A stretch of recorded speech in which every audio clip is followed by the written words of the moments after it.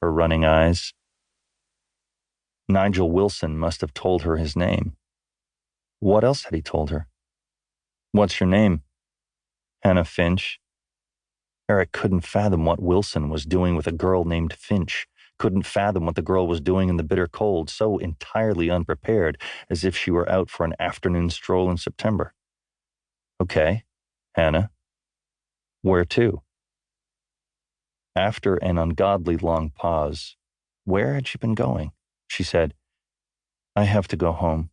Can you drive me back? There was something in the way she said, home. Her shoulders slumped as she fought with her seatbelt. Her fingers looked brittle, like they might snap off in pieces. You sure? He said. Because I can take you to town, or to a friend's. She shook her head.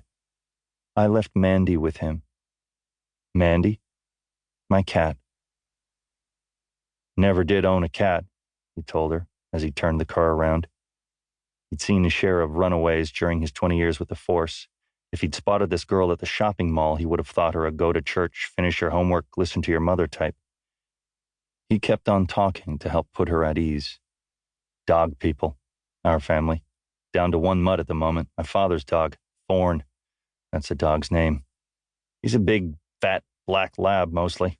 Poops all over the house. Guess he can't help it because he's so old and doesn't know what he's doing anymore. Falls down if he barks too loud. Sort of sad. Woof, woof, and down he goes. She shifted slightly in the back seat. I've seen him. Sometimes he comes down to the road. So why had he never seen her? He'd brought his family back here nearly a year ago. Thorn wolfed down a whole bag of dog food one time. One of those giant 20-pound sacks you get at Costco. That dumb dog found it while he was sniffing around the shed, tipped it over somehow, chewed through the corner of the packaging, got his head inside, and gobbled it all up. He waddled out of that shed looking mighty sorry about what he'd done. His stomach stretched so low it swept the ground. Took 3 full days to work all those nuggets through. Stunk so bad we made him sleep on the porch. They dipped into the valley, forcing his eyes to the road and keeping them there. During the warm months, all 2 of them, the view was of mustard-yellow canola fields, farms dotting the distance.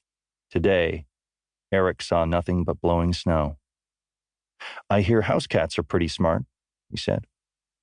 Hannah sat perfectly still, her hands folded over a button on her flimsy coat. They know how to pace themselves. You can fill their bowl and they'll nibble a bit here, a bit there, dainty-like, all day long. Not a black lab. No, sir. Put down a bowl and they make it their job to suck up every morsel like a vacuum. Sometimes they forget to chew. They're in such a hurry and end up choking it back out again. He adjusted the vents, raising his voice to compensate for the added noise. Tell me about Mandy, he said, delaying his real questions until he could catch her eye.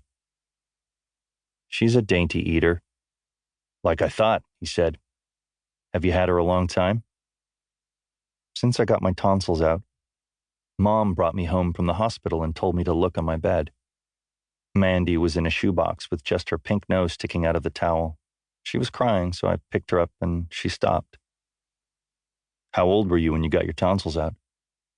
Her eyes shone right at him in the mirror. 5. Now I'm 11, almost 12. She sat taller and pressed herself against her seatbelt. They crawled along, still a ways off. So, where were you headed, Hannah? She'd walked all that way without turning back. Your mom will be worried, don't you think? She looked at the mirror and caught his stare. My mom's dead. She gave a little shiver. I'm sorry, Hannah. That must be tough. She shrugged. So Nigel Wilson is your dad? Stepdad, whatever. No, he was with my mom, so he got me. Nigel and I used to go to school together. I know. You don't think he'd hurt Mandy, do you? She looked down at her hands on her lap. Because you know there are laws against hurting a cat. Or a kid.